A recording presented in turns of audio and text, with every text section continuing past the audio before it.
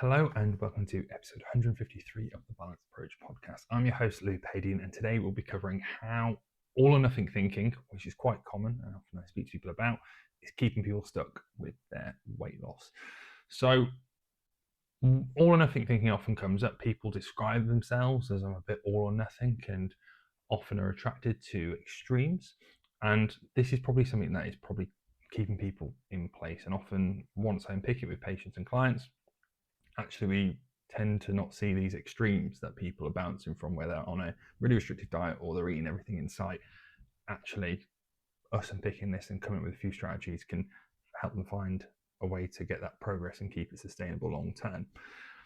And it often comes up in people's day to day as if they've missed a workout or missed a target they're hitting with regards to the steps, going, well, if I can't hit my 10,000 steps today, what's the point?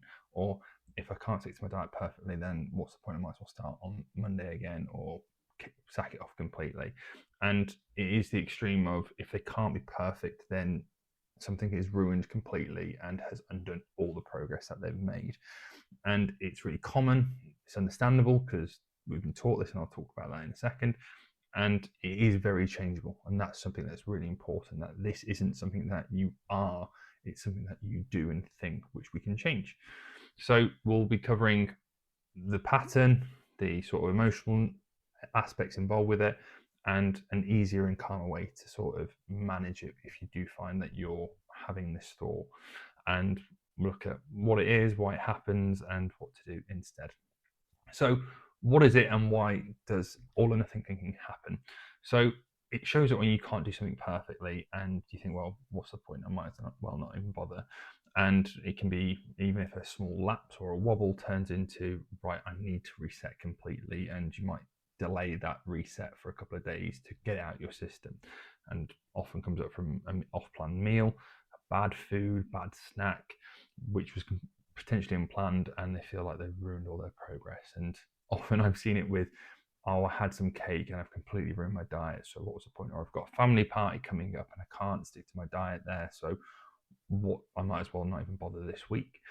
And that is a really unhelpful thing and keeps us stuck where we are. We tend to overcompensate the other way.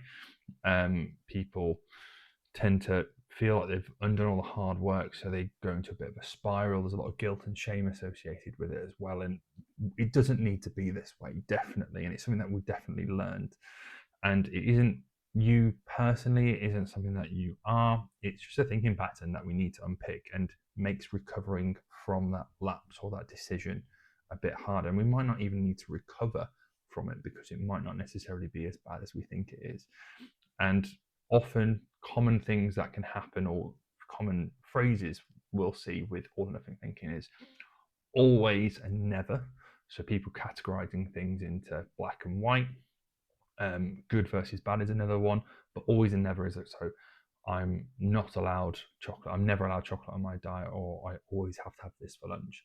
Well, actually, there's probably some area in between where we might have chocolate, or you might have some flexibility at lunch. And all or nothing thinking can be really, really attractive, especially when it's put into a diet, because it's really simple to follow.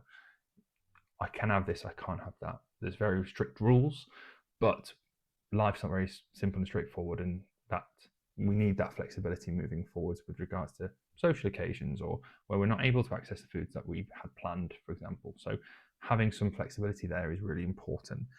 And like I said, it's usually just one small, minute thing that we see as a mistake ends into you completely abandoning the day, the week, or even the month, or however long it is, and really, really spiraling during that time as well, where you sack everything off. And that is why progress long term is really, really slow, because we have these elements of really restrictive, where we can stick to the diet, we make a small decision that doesn't align with that, and we go really far down, and we don't really ever get to where we want to be, which is all the way up there. So if you're constantly bouncing like that on extremes, actually us taking a bit more of a flexible approach allows you to stay in that more long term and stick to it, which means we'll get to results. Might not be as quick as we thought we might initially with the really restrictive diet, but the really restrictive diet won't last very long. And if we have more sustainable habits and behaviors, then actually that will last longer, and we were able to get a lot further with that. And hopefully you've picked up on this. The problem isn't the actual action. The action is usually something that's quite normal, quite reasonable. It's how we think about it and how we've been taught to think about it. So why does the all or nothing trap keep happening? And a big part of it is diet culture, or ways that we've been taught of how to eat or behave, that successful diets, successful health and habits involves being really strict, involves being really controlled, involves it being hard and difficult, which is really important, and always on plan. And there is a plan and a structure with rules associated with it. And if you're constantly bouncing from diet to diet, so if you do keto, if you do slim well, slim fast, and then you're doing this meal plan that you've got from this coach, they're all really restrictive and you're bouncing from one thing to another. What you're doing in between them is probably rebounding, going back to your old habits and behaviors which weren't getting you where you want to be, because these restrictive diets don't exist in the real world. They exist in 8-12 week blocks usually, or as long as you can sustain them for. So us continually bouncing from diet to diet is part of the problem as well. They usually have things like sins, wobbles, lapses. How I would phrase it would be a lapse, and that is associated with guilt and shame, or lack of effort, lack of want, and therefore you failed, and what that says about you then. So it isn't just that I've had a chocolate bar, it's that I've had a chocolate bar, that's not allowed in my diet, I'm weak-minded, I'm weak-willed. You start to feel guilt and shame about these behaviors. You feel like you've let people down. You feel like this is a person, and then you start really digging into yourself, going, why do I always do this? I'll never get to what I want to be. It's because I'm a bad person. And essentially it always comes down to me as a person will really spiral down to that level, when it's not. It's just that the diet's there to trip you up long term. It doesn't really exist in the real world. Things that make this more likely is when you're stressed, you're tired in the evenings after a long day at work, weekends where you probably haven't got as much structure, and things like emotional eating can take place as well. And these are all strongly correlated with increased all or nothing thinking here, or you're more likely to lapse and get to that position where you feel like you've made a mistake. So hopefully that's given you a bit of an overview of what's driving it, but let's have a look at what to do instead. Let's get some solutions in place. So all or nothing thinking often termed as black and white thinking. I always say the world is rarely black and white. There's actually a huge spectrum of grey. And this is what we've got to view things on. It's not good or bad, right or wrong. It's actually a sliding scale. There's never really a perfect decision, and often all or nothing thinking is associated with perfectionism as well, which is something that people will try to be perfect when actually we can't really ever be perfect. So instead of saying that meal was bad, that meal was off plan, that meal means I failed my diet, actually, if it wasn't ideal, call it what it is. That meal wasn't ideal, but I can just make the next best decision. But at least I got some fruit and veg in there. So instead of it being it's either a 10 out of 10 or a 0 out of 10, realistically, it might have been a 4 out of 10 or 5 out of 10. That doesn't sound too bad. But if you're viewing it as, well, it wasn't a 10 out of 10, therefore it must be a 0 out of 10, you're putting a huge amount of pressure and guilt and shame onto yourself there, and probably going to spiral off of that.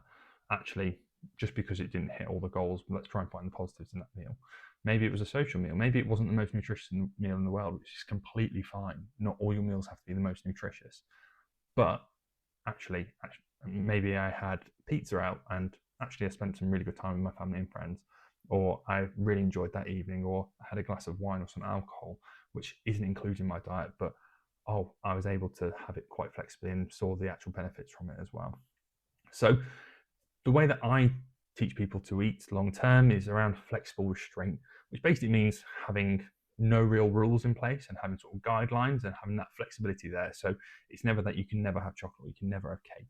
Actually, it's about the frequency and the amount that we have, and learning to have a better relationship with those foods, so you don't feel restricted. And when you do have it, you feel like you failed and therefore eat 10 slices of cake. Actually, that you can have cake every now and then, that's completely fine, because there's lots of benefits to it. It's usually around social occasions, it's usually the celebrations, and that's really important to your overall well-being. And you seeing it as part of the plan rather than completely off plan doesn't change the action, but it changes how you feel about it. And that's where the spiral sort of starts usually. So if we can change how we feel about that decision, go, actually, this is part of how I want to live long term. every now and then I have a slice of cake and I really enjoy it. I don't feel guilty for having it. I feel in control around it. And if it's a slice of cake that I don't particularly love, I might actually not have all of it. I might have a few bites and go, that's enough. I've probably had everything I want there. But because I can have it whenever I want doesn't mean that I want it all the time, or when I do have it, I can't control myself. So that's why we sort of encourage flexible restraint.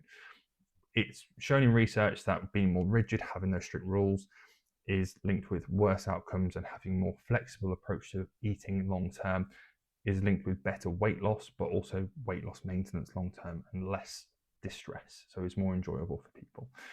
A big part of my coaching, and it's because it works, but also because it's a good thing that I find really, really interesting. Self-compassion helps too. So helping people respond kindly to the decisions that they're making, not being so hard on themselves, not going into that spiral, instead of just going, oh, I was really stressed and tired and had a piece of chocolate. You know what? It's because I was stressed and tired, and that's a very normal human thing to do.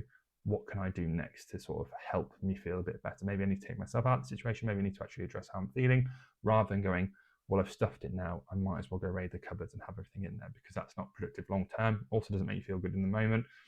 It might distract you and numb a little bit, but actually what we need to do is actually look after you as a person. So if I was in that situation, the next steps that I would have would be to zoom out. We call it like almost getting in a helicopter to observe the situation from above, where you're not in it, where it's really, we can feel it. Actually, let's take a bit more of a overlooking perspective on it all and look at the week, the moment, and actually what was going on there. Look out for words such as always and never with regards to your food, going, I'm not allowed that, or I can never have that, or I always have to stick to my diet. Actually challenge them a little bit and try and come up with reasons and opportunities where you could have those foods.